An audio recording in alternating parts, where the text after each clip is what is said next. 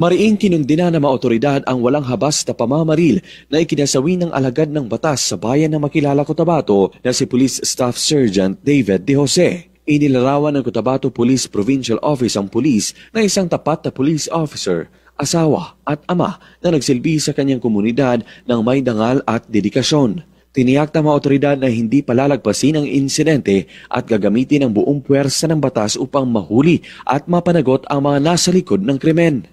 Nagpaabot din ang pamunuan ng CPPO ng pakikiramay sa naulilang pamilya ni Police Staff Sergeant De Jose at nangakong ipagpapatuloy ang laban hanggang makamit ang hustisya.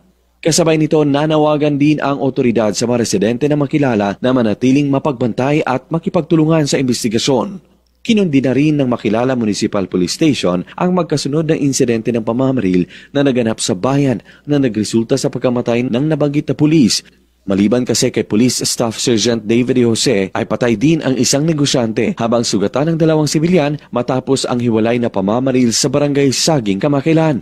Ayon sa Makilala PNP, ang mga insidenteng ito ay malinaw na pag-atake, hindi lamang laban sa mga biktima, kundi laban din sa kapayapaan at seguridad ng buong bayan. Luigi Alan Totor, NDBC, Bida Balita.